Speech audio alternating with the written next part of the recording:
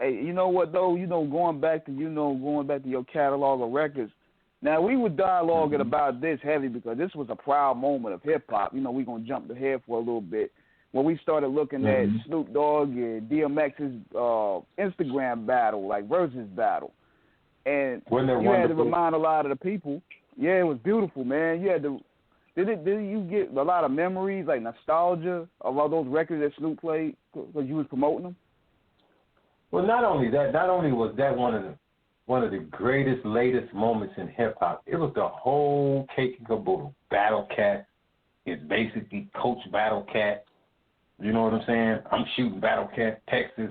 You better go in there, coach, and pumping him up. You know I got this. I say, I know you got it. That whole moment was just a full circle moment, East and West. Everybody know all of our ups and downs that we go through just in life, and to see, DMX so happy and Snoop so happy, and I watched that thing from top to bottom. What they had, like 3.5 billion impressions, and motherfuckers out there up in space, Tesla rockets and shit, talking about who they had in the battle. So that just goes to show you the strength, the power, this nigga hip hop ain't going nowhere. Knock it off. That's now done opened up a whole new lane for us old niggas. Niggas thought we was dead. Nigga, we ain't dead, nigga. And like you guys seeing, a lot of people like these stories. I got some things up my sleeve. I ain't talking about what I'm gonna do yet, but I got an idea that I'm gonna do, and it's just that was just absolutely amazing. And then that took me back to me being out on the road with that Snoop album. Me and Kevin Blackman out there, because we was the first ones out the back with it, right? And that shit was a trip. And it's so funny, I almost get killed in my city, San Francisco. Nigga, we make it all the way back from New York. Okay, close calls was in, Kevin Black's close calls was in Philly. We got guns pulled on us. Who else? St. Louis. And then nigga, I almost get killed. And Kevin wasn't even with me. Well, yes, he was. Man.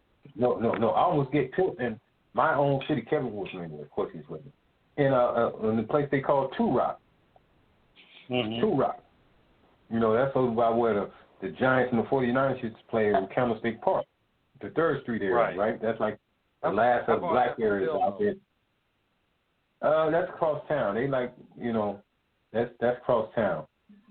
Fillmore is where I grew up in San Francisco, but then I moved, not over that way, but I moved towards like the Visitation Valley area when they gentrified us, tricked us out of those Victorian houses. Right. Like that area over there is like one of the hardest places, and you got the Visitation Valley, the projects over there is pretty hard. Yeah. You got the Fillmore, and you got the 3rd Streets for the brothers, and you got the Missions for the Latinos. That ain't no joke. And then, but I would say that 3rd Street, that Double Rock, we used to call it Double Rock, but it's Two Rock. People, because I haven't been home in a long time, they check me on that. They say, I don't call that Double Rock no more. They call it Two Rock. So let me call it for what they say there. Man, so we up there promoting that record, right? The first Doggystyle album, right? So, nigga, I'm happy. I'm at home. The Gavin convention is there. It's going to be the last motherfucking day. Matter of fact, that's when I meet Lauryn Hill. It's going to be after nigga almost getting killed, right? So I was like, yeah, let's go do this shit early because we was going to throw this big-ass party. We had the President's Suite at the St. Francis Hotel, you know what I'm saying, where the convention was being held at. We had the whole upstairs, Death Row did. Me and Kev threw a party. And that's why I meet Lauryn Hill. She's at the party. Everybody at that motherfucking party. Me and Lauryn hangs out the rest of the night. We went to the Patcher and Tupac show out there in the Mission. That shit was off the hook. Nigga, that shit was on and cracking. But anyway, let me back the conversation up, right? Right. Nigga, we already went to Fillmore. We engaged shit out everywhere. I said, come on, let's just go get this last one done and Double Rock, then we're going to go back and just enjoy hanging out over at the Gavin Convention. This is the last Gavin Convention in San Francisco, right? So we go over there, and nigga, we up there, we in the projects, we in there, we in here. And it was all going good. At first, he pops the trunk open, you know what I'm saying? We had one of those big old LTD cars, you know, that turned into like a small limousine after a while. It became that main. Right. But we used to rent that car on the road, and I would rent either a Jaguar or a Mercedes. So we had, that was the car for the product, and then our other car was for flossing. You see what I'm saying? We always had a floss car. And then we would usually have the hotels from the hotels that we stayed in was all 5-star hotels. So it gave us like a 20-mile radius to run us around in limousines if we wanted. You see what I'm saying? I always set the shit up like that when I was out on the road. Okay? Right. So we over there, we passing the shit out. Everything's going good. You know, we passing out the Chronic 2 with the Snoop Doggystyle album, right? Posters, all kind of shit, flags. All of a sudden, this little one nigga come over there, and then he looks, you know, I gave him some shit. I said, "What's up, man?" And I gave him some shit, and then he looks at the Snoop CD and the tape, and he took the shit and he threw it on the motherfucking ground. Whoa! And stomped on it. Damn. He said, "Who the fuck told y'all come over here and promote records?" Now, mind you, my brother Jim Young tell me, "Nigga, you can't just be going in these neighborhoods promoting shit." And I'm thinking this nigga lost his mind. He can go anywhere I want. Yeah, I'm go there. Want nigga, what you talking about, nigga? And they got the Snoop Dogg album, the hottest album, nigga, Doggystyle, nigga, whoop, wop, wham, whoop, wop, right? This nigga stumps and then jump up real high like he about to dunk a basketball and snatching it out of other people's hands and breaking them. Damn. I'm like, oh my God. So what's wrong? You can't just come. Who told you come up here? I said, man, I'm from San Francisco. Where? He said, you ain't from no damn San Francisco. I said, man, what you talking about? Nigga, I went, you know, because Wilson is right up the street, the high school I went to, right? I went to Wilson High, nigga. Right. I'm talking, there's a 631 Fillmore, nigga, then moved on 32 gas and wop. So now I'm hitting with street, nigga. I'm on Plenty Dale, wop. And then, so he's kind of calming down, and the crowd is calming down. Mike T, you know, Mike T, partner of mine, I knew that Mike stayed up on a street over there somewhere, so I dropped Mike T name, and then I dropped these are baller niggas in San Francisco, right? Still my partners up there, right?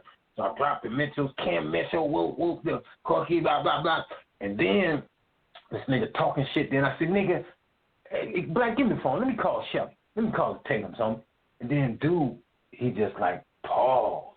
He said, you know the Tatum. I said, yeah, nigga, Shell, nigga, that's my motherfucking people, nigga. Nigga, you go over here trying to press up on niggas like you talking about, nigga. Nigga, hold on for a minute.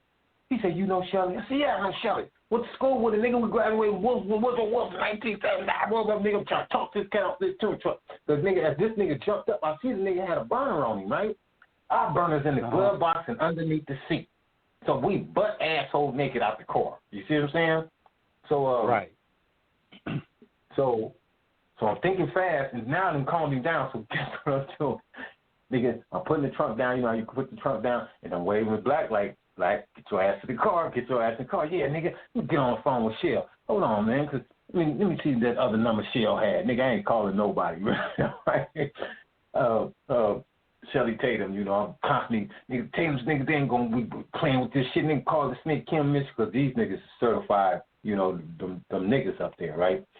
So, right. So then I close the motherfucking door. But nigga, I went nose first in. I parked nose first instead of backing the car in, right? Because you got to it was like parallel park. It wasn't like, you know, you park on the street, right? So nigga, I'm backing out of there and then chilling everybody out, passing more stuff out the window because now people was taking the product again. And then as I'm backing the car out, right? Dude must have thought about it. And then he went back on one. But by this time, all the crowd been cleared. I'm rolling away. But I hadn't been in Double Rock or Two Rock in a long time, right? So I'm not sure do I not go left? Because it's going to be a dead end one way, right? So I'm like, should I go left or right? Left or right? Which one do I do? Because I knew this, right? But I couldn't remember. So my dumb ass make a left. I'm like, oh, no, Jamestown is the other way because that's the street Mike stayed on, Jamestown, towards the Candlestick Park, right? Because now I'm punching them like, nigga, you went the wrong way. So, nigga, I did a Starsky and Hutch motherfucking U-turn on that motherfucking car and punched it. You can see that motherfucker roll up. Woo.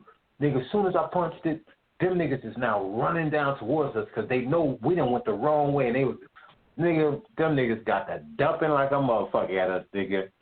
And nigga, I get up on Jamestown, bust that right, nigga, shoot down the street, and then just go over, hopped on that motherfucking freeway, nigga, and was the hell out of Dodge. Hopped on that motherfucker 101. I couldn't fucking believe that. Nigga, I sat in my fucking hotel room like, nigga, you almost got killed where you were from. What the fuck just happened? And that shit would have been all on the news. Yeah, Doug, how do those politics play out there? I mean, you know, y'all. Oh no, that shit became everywhere. Everybody after a while, nigga, you couldn't just go promote no record because it's like you short-stopping their money. Because everybody now got rappers, and then you got drug crews that's putting rappers on, and that's the way that my brother explained it to me.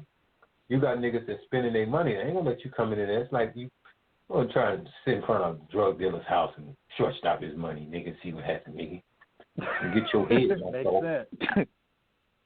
Makes sense. And then you know you got this is Snoop and Dre. They're like them niggas is eating. If you don't get that shit out of here, basically, we trying to eat.